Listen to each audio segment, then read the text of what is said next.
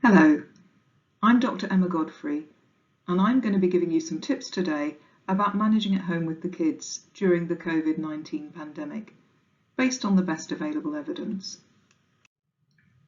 You are really the most important person to your child. We know that when children are stressed or worried, it's their parent or carer that they turn to for help. John Bowlby, a famous child psychiatrist, developed a theory called attachment theory, and he found that when parents and carers were available, sensitive and responsive, this was key to helping children feel safe and able to explore the world. Children really do pick up on your behaviour, so if you can keep calm and carry on, then they're likely to be able to do the same. Being there for your children and listening to them is very, very important and is actually much more strongly associated with well-being than the quality of people's relationships with their friends, even if young people don't think that.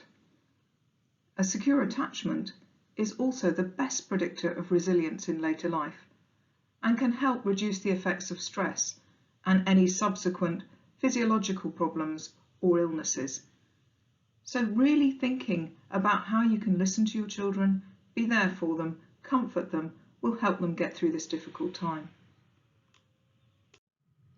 There are some scientific principles that can help you manage your children's behaviour. For example, positive reinforcement. Behaviours followed by something pleasant are strengthened, and what children really want is your attention. So if you can notice and praise or encourage the behaviour you do want, you're likely to get more of that behaviour. Conversely, if you try to ignore as much as possible the behaviour you don't want, then that behaviour should gradually reduce. Having a regular routine will help reassure young people and make them feel safe. But don't beat yourself up about it. If you try to have regular bedtimes and regular getting up times for young people and regular times when they're doing their schoolwork or times when they're relaxing or times when they're doing physical activity, that should be sufficient. And don't worry if it sometimes goes wrong. Creative activities are very, very important for young people and can help them process information and emotions. And there's lots of good resources that you can look up on the BBC, from museums, from artists, very, very interesting ideas that you can do at home. Physical activity is also important, and that should be part of everyone's day. You can look at Joe Wicks's PE sessions online for children that start at 9 AM, but you can do them at other times during the day too. Keeping a journal or a diary is another good idea, particularly as we're living in such unusual and unprecedented times.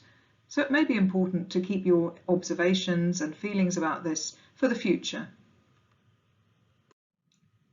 This slide shows the physical activity guidelines from Public Health England. They're slightly different for very young children under 5 and for children and young people between 5 and 18 years. For very young children, you should be aiming for 180 minutes a day, but that doesn't have to be all in one go, and young children are very good at making activity for themselves. For the older children and young people, it's 60 minutes a day, but that doesn't have to be all in one go and should be averaged over the whole week. Try to get outside once a day if you can, because this will benefit everyone. But do remember the physical distancing rules and stay 2 meters apart from anyone who isn't in your own household. You may be wondering how to communicate with children and young people about the coronavirus pandemic, and it's not easy when there's a lot of uncertainty. First of all, a good idea is to be very age appropriate, so remember that very young children may find it easier to learn about the virus through cartoons or pictures, and make sure you answer their questions but don't give them too much information or more than they're looking for. It's also fine to say you don't know about something because there's a lot of uncertainty. You can provide information in a simple way and help them learn to do the things that will keep them safe, like washing their hands while singing happy birthday. For older children, they're able to understand a lot more. But again, be careful that they don't listen to the news all the time and perhaps become very anxious and overloaded. There are some opportunities in living through this difficult time, and one of them is to enjoy quality time with your children. You can read together, and we know that that helps children to develop their language skills, play games, maybe some of the older-fashioned board games, and share chores, helping children to learn useful life skills like cooking and cleaning and gardening. It's really important that you make some time for yourself during the day too. You can't help look after other people if you're exhausted and depleted yourself. So even if it's just time for a nice bath, time to read, or time to exercise on your own, make a little bit of time for yourself every day if you possibly can. We're living through unprecedented times, and sometimes we all need a bit of extra help. Here are some resources if you feel needed to reach out. Thank you for listening.